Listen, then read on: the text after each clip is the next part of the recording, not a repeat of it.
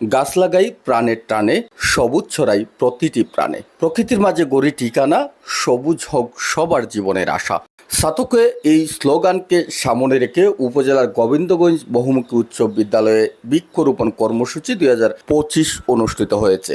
16 August শনিবার সকাল 11 ঘটিকায় বিদ্যালয়ের প্রাক্তন শিক্ষার্থীরা বিদ্যালয়ের আঙিনায় বিভিন্ন ফলজ, বনজ ও ঔষধি গাছের চারা রোপণ করে এ কর্মসূচি পালন করেন। এ সময় বিদ্যালয়ের প্রধান শিক্ষক আতাউর রহমান বৃক্ষরোপণের উপকারী দিক সমূহ তুলে ধরে প্রাক্তন শিক্ষার্থীদের প্রতি কৃতজ্ঞতা প্রকাশ করে বলেন, প্রাক্তন শিক্ষার্থীদের উদ্যোগে আজকের এই বৃক্ষরোপণ কর্মসূচি অত্যন্ত আনন্দের বিষয় হচ্ছে যে বিদ্যালয়ের প্রাক্তন শিক্ষার্থী যারা এখন দেশ বিদেশে বিভিন্ন স্ব পেশায় তারা প্রতিষ্ঠিত, কিন্তু স্কুলের টানে তারা প্রায় সময় স্কুলের উন্নয়নের জন্য বিভিন্ন কর্মসূচি গ্রহণ করে থাকেন। আমরা লক্ষ্য করেছি বিগত 12ই এপ্রিল স্কুলের ইতিহাসে খুব বড় একটা শোকসভা এবং প্রাক্তন শিক্ষকদের স্মরণে তারা একটা স্মরণসভা করেছিল।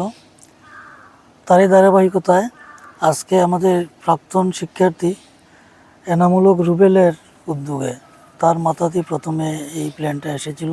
তারপর প্রাক্তন শিক্ষার্থীদেরকে নিয়ে তারা একটা উদ্যোগ গ্রহণ করেছে বৃক্ষরোপণ কর্মসূচি। এটা সমসাময়িক সময়ের জন্য খুব গুরুত্বপূর্ণ, কারণ আমরা জানি যে গাছ আমাদের পরিবেশ রক্ষা করে, আমাদের অক্সিজেন দেয়। আমাদের বিদ্যালয়ে অনেক গাছ ছিল, আমাদের প্রয়াত শিক্ষক তারা অনেক গাছ রোপণ করেছিলেন। এক সময় চতুর্দিকে অনেক গাছ ছিল, তো আমাদের অনেক নতুন নতুন বিল্ডিং করার জন্য এই গাছগুলো কর্তন করতে হচ্ছে। কর্তন করে আমরা কিন্তু স্কুলের অনেক ফার্নিচার এই স্কুলের গাছ থেকেই তৈরি। যেমন আমাদের শিক্ষক কমন রুম, আমার রুমে দেখবেন এই যে টেবিলগুলো, আলমিরাগুলো, এগুলো স্কুলের, আমাদের স্কুলের পিছনে আমাদের প্রয়াত মগ্নি স্যার, আমরা তখন ছাত্র ছিলাম, দেখতাম স্যারে সেগুন গাছ লাগিয়েছিলেন। এই সেগুন গাছ দিয়ে কিন্তু এই ফার্নিচারগুলো তৈরি করা হয়েছে। তারপরে এই যে লুৎফুর রহমান সরকুম ভবন, এটা আগে টিনশেড ভবন ছিল। এখানে সামনে খুব বড় বড় রেন্টি গাছ ছিল, যেগুলো আমাদের প্রয়াত হুমায়ুন স্যার লাগিয়েছিলেন। এই গাছগুলো অনেক বড় হয়েছিল। এই গাছ দিয়ে আমরা কিন্তু আমাদের স্কুলের অনেক ডেস্ক বেঞ্চ এবং এই যে দরজা জানালা এগুলো তৈরি করেছিলাম। তো এখন বর্তমানে কিন্তু গাছপালা নাই। এই যে নতুন নতুন বিল্ডিং করতে গিয়ে আমাদের এই গাছগুলো কর্তন করতে হয়েছে। তো এখন স্কুলে প্রায় 2,500 শিক্ষার্থী। আমরা জানি যে অক্সিজেন লাগে পরিবেশ রক্ষা করতে গেলে। এই যে কার্বন ডাইঅক্সাইড এবং অক্সিজেনের যে ভারসাম্য রক্ষা, এই রক্ষার অন্যতম মূল ইয়েটাই হচ্ছে, সাপ্লাই হচ্ছে, অক্সিজেন সাপ্লাই দেয় গাছ। এটা শুধু অক্সিজেন সাপ্লাই নয়, এই যে পরিবেশ রক্ষা, বর্তমানে যে জলবায়ুর যে বা আবহাওয়ার যে বিরূপ চলতেছে, এটার অন্যতম কারণ হচ্ছে এই আমাদের গাছপালা কেটে ফেলা। তো আজকে এই একরকম একটা উদ্যোগ গ্রহণ করেছেন আমাদের প্রাক্তন শিক্ষার্থীরা, এবং তারা যখন গাছ লাগানোর উদ্যোগ নিলেন, আমি তাদেরকে একটা পরামর্শই দিয়েছিলাম যে গাছ প্রতি বছরই লাগায়। গাছ লাগানো সহজ, কিন্তু গাছটি রক্ষণাবেক্ষণ করে এই গাছটাকে বড় করা, এটাই হচ্ছে সবচেয়ে কঠিন বিষয়। তো আমার অত্যন্ত আনন্দের বিষয় হচ্ছে এটা, আমরা যেটা দেখতে পাচ্ছি যে তারা খুব বৈজ্ঞানিক উপায়ে, অর্থাৎ এখানে কৃষি অফিস থেকে কৃষি অফিসার এসেছিল, তারা কিভাবে গাছ রোপণ করতে হয়, গাছ গর্ত করতে হয়, সার দিতে হয়, তাদের ফর্মুলা মতো তারা এখানে গাছ রোপণ করেছে। এবং আরও সুন্দর বিষয়, যেটা একটু আগে আমি তাদের কাছ থেকে যে তথ্য নিলাম, প্রত্যেকটা গাছে তারা নেট দিয়ে বেড়া দিয়েছে।